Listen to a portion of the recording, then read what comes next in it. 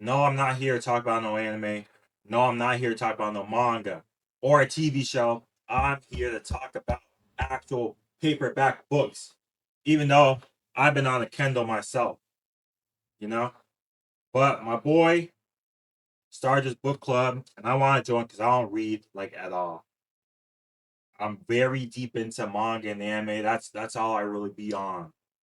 So I was like, man, I want to like enjoy the best of everything. You know what I mean? I want to see the best movies, the best books, the best manga. I want to see the best of everything. I don't want to limit myself.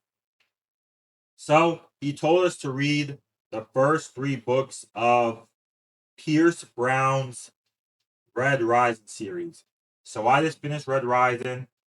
I'm on going some. I'm about 60% done with that joint.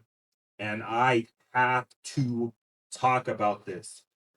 It's like on some Hunger Games, Star Wars, like I don't even know. So my plan is I'm just gonna talk about the series. Like I'm gonna just explain the whole book. And I'm gonna just like add some of my opinions and what I thought when I was reading it. I'm just explaining the whole thing. Hopefully it makes you want to read it because I don't want to go like crazy in detail. I'm gonna see how I feel. I just want to talk about it. That's all I want to do for real. So let me start from the very beginning. I'm gonna explain the races. But we start with the Reds, all right? The Reds are the bottom. They're the lowest of the low on these race slash colors that we define people as. All right. So let's run through the list so you know. We got the golds at the top. I'm gonna add some pictures or something in there. We got the golds at the top, and they are the intelligent rulers of humanity. You could be anything if you're a gold. You want to command a ship? You want to be a general? Go ahead, do a gold. You can do whatever you want. But you gotta remember, you the highest of the high, so you gotta act like it. And even reds have like, I mean, even golds have a way of talking. They got like this. Everyone has like slang, you know what I mean? Slang and ways of talking. Golds have this thing called high lingo. It's like it's like it's like a way of speaking for like high class members of society. That's what I'm seeing here. I really had to look it up to make sure. So they use slang like my favorite slang is good man. That means like lad or friend. Prime, that means I'm straight, I'm good. And after golds, we got silvers. They're innovators, businessmen, stuff like that. I don't really remember seeing a lot. Silvers don't really stand out to me. So I don't remember them in the book like that. We got the whites. I don't remember seeing a lot of whites, honestly. They're priests and priestesses. Coppers, they're lawyers, bureaucrats. Blues are lit. Blues are the pilots of the starships. So in book two, we're just seeing straight blues, man. Cause we on some space Star Wars stuff. Yellows are experts in human and natural sciences, doctors, you know. Greens, programmers, developers, you know, on some IT stuff. Violets, they on that more artsy stuff, so they're like musicians and performers. Orange, uh, looks like they're like mechanics, so they're working on the ships and stuff. Browns are servants. Obsidians, they're like their biggest mess. They are biggest mess. They're bred for war. Pinks, um, they're hoes. They're hoes, straight up. They are trained for the art of pleasure. That's literally it.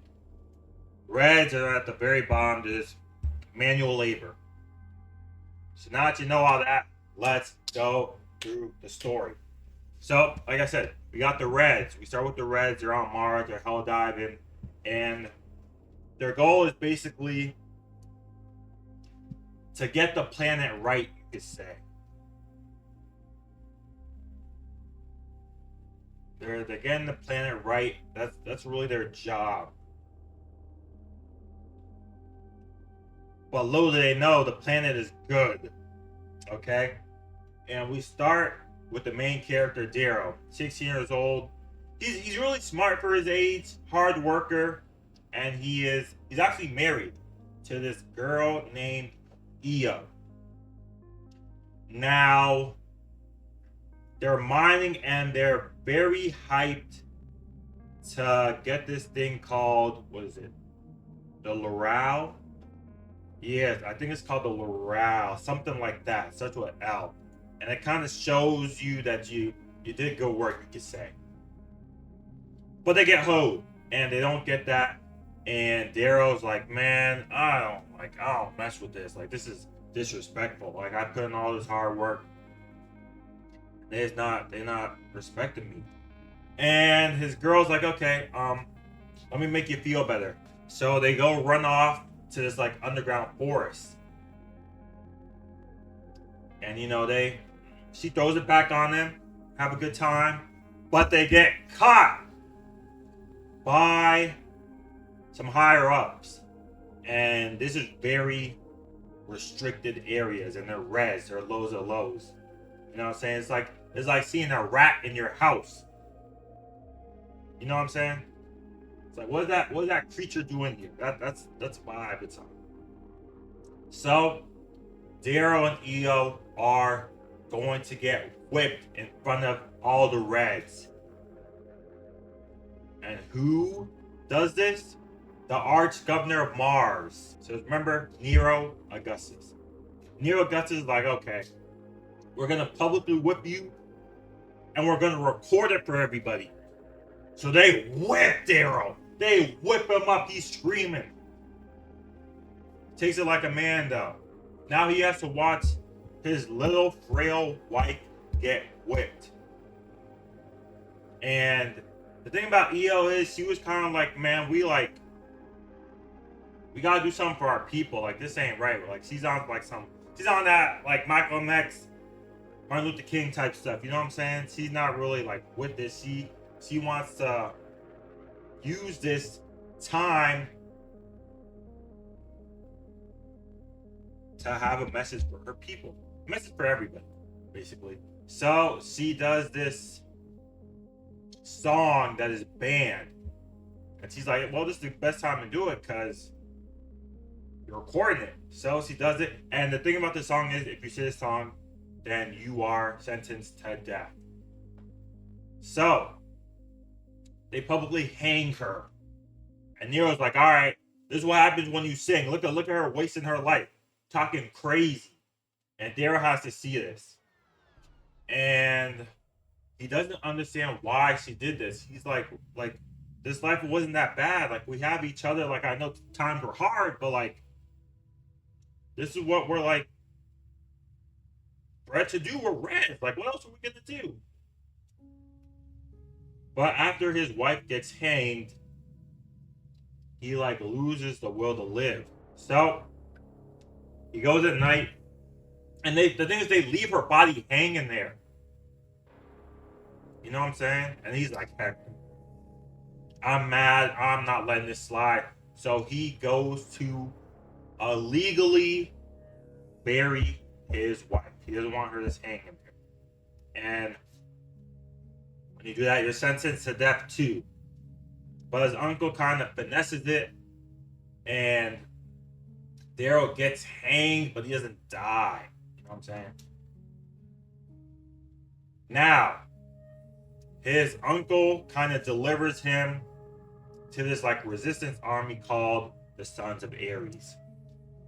And they want to, overturn the society. So they're like, hey, Daryl, what your girl did, absolutely amazing. We loved it. People are talking about her till this day. Well, it hasn't been that long, but people are really talking about her all over the world.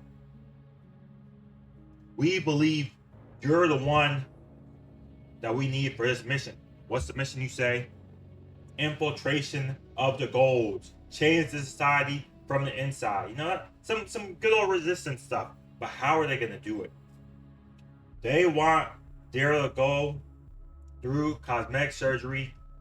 It's like deeper than that, though. It's not just looks. Like, they changing his whole body to become a gold. So he goes through this torturous cosmetic surgery. They change everything. And he has to like adjust to his body. So he has to like train a little bit. Alright? But remember, I mean I didn't tell you. But let me tell you who's a member of this resistance. We got Dancer. We got Mickey there. He's a violet, but he's with the Carbon. He's helping the Carbon. They call it the Carbon. That's cosmetic surgery. We got Harmony. She's like the second in command. And we got Mateo. He's a pink. He's teaching Daryl the customs, how they talk, how they live, how they eat. The goals don't just kill the food, they leave a certain percentage. You don't want to be gluttonous, So that's a crew for this mission. So once Daryl finishes getting carved and then he's training with Harmony, he's learning the high lingo, the common talk for golds, and how they live.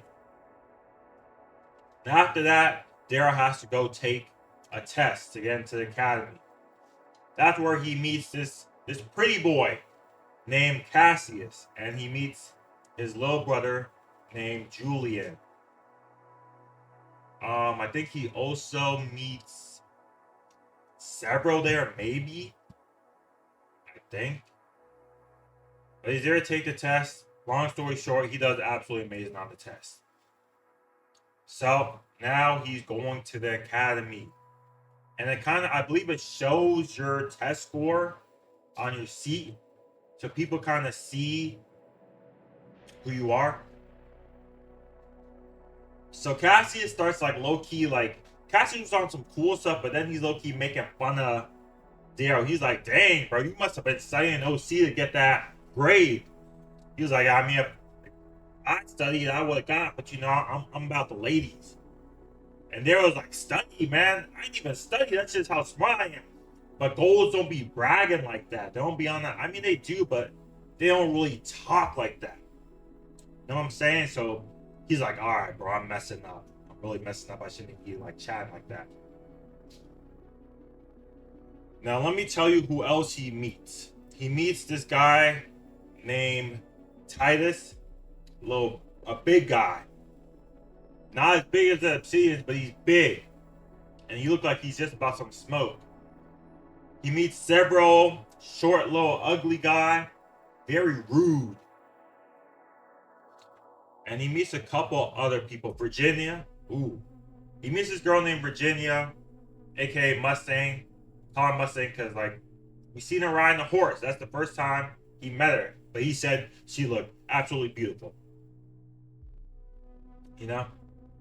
He meets her before he goes to academy. I think when he was learning how to ride a horse, he met this girl, and we call her Mustang, okay? We also meet Antonia at the academy. She's pretty as mess, but she got a mouth on. Alright? Those are the main people. Oh, we meet Roke. He's a poet. He's on some chill stuff. He's a poet. Now, the first test in this academy is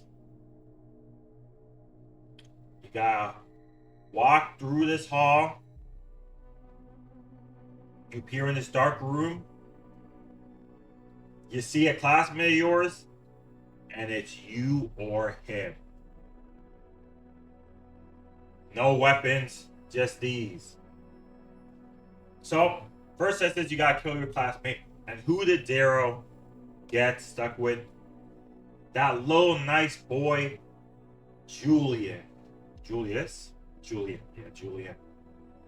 So, Daryl ends up killing Cassius' brother, Julian. And they all meet in this room, all sad, all bloody. And, Cassius, he's waiting for his little brother to come out, The thing about Cassius and Julian is their family is very high up. So remember Nero, Augustus, the arch governor that killed, Daryl's wife? He's a high up. But the Bolognas are just as high up on that list. And they got beef with each other. The Bolognas and the Augustins, they got beef with each other. So that, just know how high up Cassius's family is. So it would be a real upset if, a Bologna died. So Cassius does not find his brother because Daryl killed him. And Cassius is on go. He's like, hey guys, so after all that, these people get drafted into this like Hunger Games-esque game. And their house is called House Mars.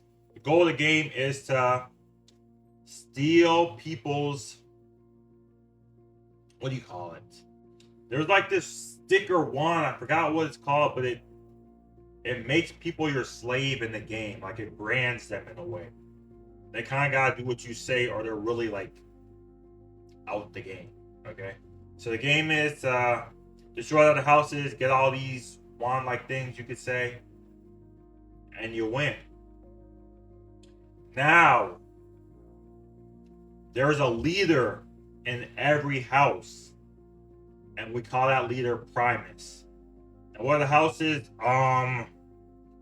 We got, Pluto, Minerva. There's a lot of them, man. I can't really remember all of them. But I'm going to kind of tell you it while we go on, okay? So the goal for Daryl is obviously become Primus because he wants to be the best of best, move up in the ranks. That's his goal.